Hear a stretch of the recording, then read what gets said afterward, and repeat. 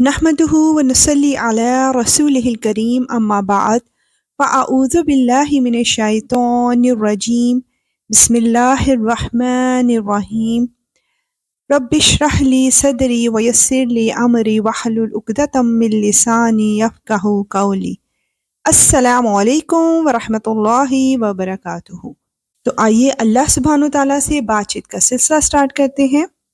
سورہ توبہ کی آیت 58 to 59 میں نبی کریم صلی اللہ علیہ وآلہ وسلم پر عدل نہ کرنے کا بہتان اور اس کی ریزنز جانیں گے۔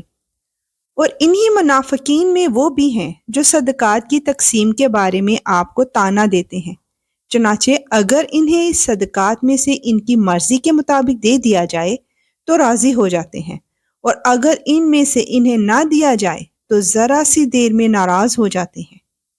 جو کچھ بھی انہیں اللہ اور اس کے رسول نے دیا تھا، کیا اچھا ہوتا کہ یہ اس پر راضی ہوتے اور یہ کہتے کہ اللہ ہمارے لیے کافی ہے، آئندہ اللہ اپنے فضل سے ہمیں نوازے گا اور اس کا رسول بھی، ہم تو اللہ ہی سے لو لگائے ہوئے ہیں۔ یعنی مرضی کے مطابق مل جائے تو خوش، اور اگر مطلب کا نہ ملے تو بہتان بازی شروع۔ استغفر اللہ۔ آیت 60 میں جانیں گے کہ زکوٰۃ کے حقدار کون ہیں۔ صدقات تو دراصل حق ہے فقیروں کا، مسکینوں کا اور ان اہلکاروں کا جو صدقات کی وصولی پر مقرر ہوتے ہیں، اور ان کا جن کی دلداری مقصود ہے، نیز انہیں غلاموں کو آزاد کرنے میں اور قرض داروں کے قرض ادا کرنے میں اور اللہ کے راستے میں اور مسافروں کی مدد میں خرچ کیا جائے۔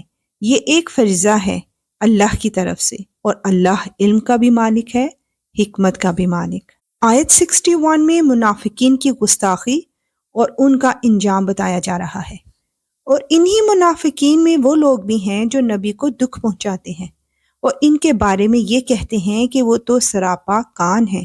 کہہ دو کہ وہ کان ہیں اس چیز کے لیے جو تمہارے لیے بھلائی ہے، وہ اللہ پر ایمان رکھتے ہیں اور مومنوں کی بات کا یقین کرتے ہیں، اور تم میں سے جو ظاہری طور پر ایمان لے آئے ہیں ان کے لیے وہ رحمت کا معاملہ کرنے والے ہیں، اور جو لوگ اللہ کے رسول کو دکھ پہنچاتے ہیں ان کے لیے دکھ دینے والا عذاب تیار ہے۔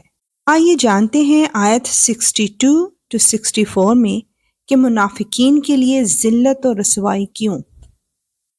مسلمانوں، یہ لوگ تمہارے سامنے اللہ کی قسمیں اس لیے کھاتے ہیں تاکہ تمہیں راضی کریں، حالانکہ اگر یہ واقعی مومن ہوں تو اللہ اور اس کے رسول اس بات کے زیادہ مستحق ہیں کہ یہ ان کو راضی کریں۔ کیا انہیں یہ معلوم نہیں کہ جو شخص اللہ اور اس کے رسول سے ٹکر لے تو یہ بات طے ہے کہ اس کے لیے دوزخ کی آگ ہے جس میں وہ ہمیشہ رہے گا، یہ بڑی بھاری رسوائی ہے۔ بے شک یا رب العالمین۔ منافق لوگ اس بات سے ڈرتے ہیں کہ مسلمانوں پر کہیں کوئی ایسی صورت نازل نہ کر دی جائے جو انہیں ان منافقین کے دلوں کی باتیں بتلا دے۔ کہہ دو کہ اچھا تم مذاق اڑاتے رہو، اللہ وہ بات ظاہر کرنے والا ہے جس سے تم ڈرتے ہو۔ سبحان اللہ۔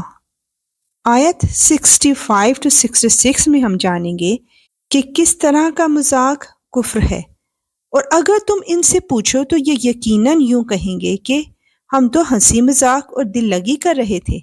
کہہ دو کہ کیا تم اللہ اور اس کی آیتوں اور اس کے رسول کے ساتھ دل لگی کر رہے تھے؟